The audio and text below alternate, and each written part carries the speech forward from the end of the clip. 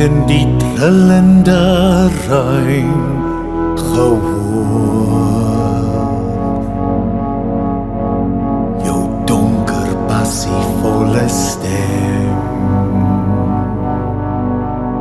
gemartelde van Bethlehem.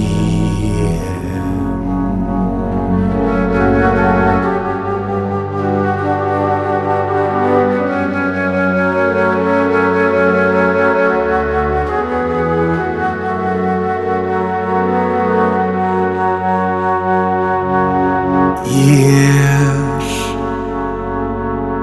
as ek heel myself verloor, word in die trillende ruim gehoor.